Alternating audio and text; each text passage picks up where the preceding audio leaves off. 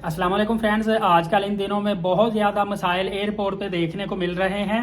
तो इमिग्रेशन के मसाइल से मैं आपको तरीक़ेकार बताने लगा हूँ कैसे बचा जाए और अक्सर क्या मसले मसाइल आ रहे हैं, क्योंकि पाकिस्तानी बड़े बड़े जितने भी एयरपोर्ट हैं या छोटे तमाम पर बहुत ज़्यादा पूछगछ करना शुरू हो गए हैं। इवन के सब कुछ होने के बावजूद भी आपको ऑफलोड कर दिया जाता है और इस तरह के बहुत ज़्यादा मसाइल हैं। कुछ चीज़ों पर आप अमल करेंगे तो यकीन कीजिएगा कि आप बड़ी बड़ी परेशानियों से बच जाएंगे। आपके भले के लिए वीडियो बनाई है। सबसे पहले मैं आपको बताता चलूं कि आपने अपने डॉक्यूमेंट्स लाजमी देख लेने हैं कि आपके डॉक्यूमेंट्स क्लियर है, किसी किस्म की कोई इसमें मिसिंग तो नहीं है।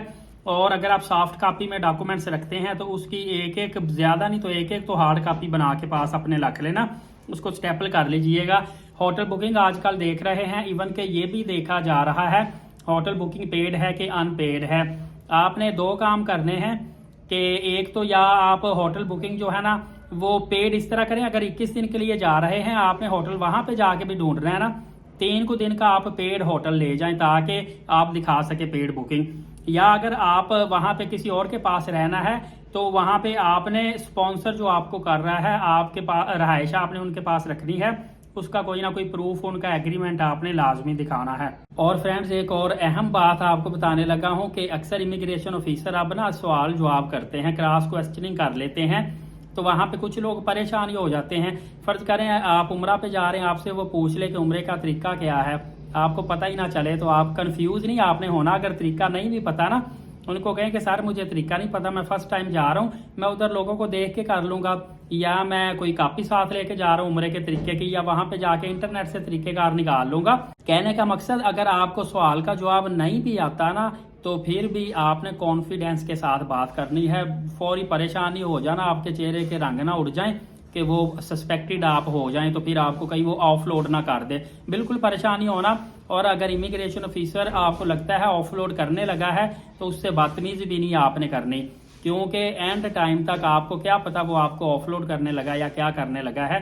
तो आपने सब्र तहम्मुल से और पोलाइटली बात करनी है। इसके अलावा अक्सर ऑफलोड होने की वजह होती है कि पहले आपने कभी ट्रैवल किया हो, कोई वायलेंस किया हो, कोई ना कोई आप पर बैन कोई इश्यू हो, कोई मसला हो, तो सम टाइम ये होता है कि वीज़ा तो आपका लग जाता है लेकिन आगे जाके एयरपोर्ट पे जब उनके पास रिकॉर्ड आता है पाकिस्तानी एयरपोर्ट से या सऊदी एयरपोर्ट से, वहाँ पे आप फंस जाते हैं।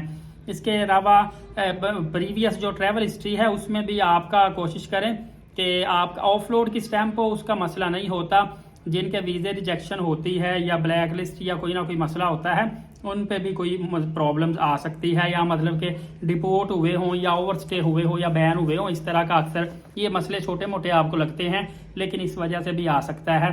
एक आजकल और भी मसला है, उम्रा वीज़ा या विजिट वीज़ा या किसी भी आप कंट्री में जा रहे हैं तो शो मनी आपसे देखी जाती है। शो मनी की काफ़ी दोस्त पूछते हैं कितनी लिमिट होनी चाहिए, तो शो मनी की लिमिट तो कोई भी नहीं है, लेकिन सिर्फ वो ये देखते हैं कि कितने दिनों के लिए ये जा रहा है और ये जितने पैसे इसके पास हैं क्या ये पैसे इनफ हैं वहाँ पे स्पेंड करने के लिए, बस उस हिसाब से आपने ले जानी है। जैसा उम्रा पे कोई कहता है 1200-1500 रियाल ले जाओ, कोई कहता है 2000 रियाल ले जाओ, तो मैं ये नहीं कहता, ना ही वहाँ पे कोई फिक्स पॉलिसी है, सिर्फ आपके पास इनफ होने चाहिए पर पर्सन के हिसाब से।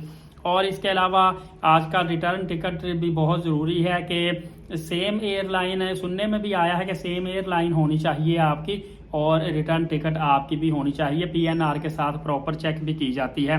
आखिर में मैं आपको एक और बहुत बड़ी नसीहत करने लगा हूं, क्योंकि आपने वीडियो यहां तक मेरी देखी तो आपको कुछ ना कुछ फ़ायदा हो।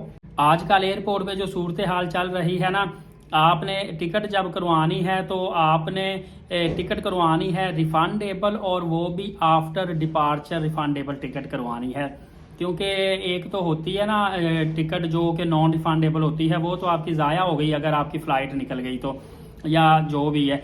और एक होती है रिफंडेबल टिकट, एक होती है बिफोर रिफंडेबल, एक आफ्टर डिपार्चर होती है कि एक जहाज़ अभी आपकी एयरलाइन अभी नहीं गई हुई 5-6 घंटे पहले रिफंड आप करवा सकते हैं।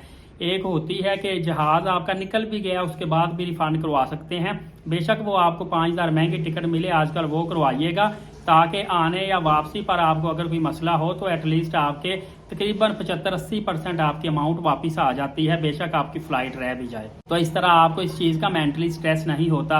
इंशाल्लाह नेक्स्ट वीडियो बहुत इंपॉर्टेंट है मेरी अभी से एलीट साकिब यूट्यूब चैनल को सब्सक्राइब करें, बेल नोटिफिकेशन को ऑल कर लें, नमाज कायम करें, नबी पाक सल्लल्लाहु अलैहि वसल्लम पे कसरत से दुरूद पाक और कुरान मुकद्दस की तिलावत किया करें। इजाज़त दे, बहुत शुक्रिया, जज़ाकल्लाह।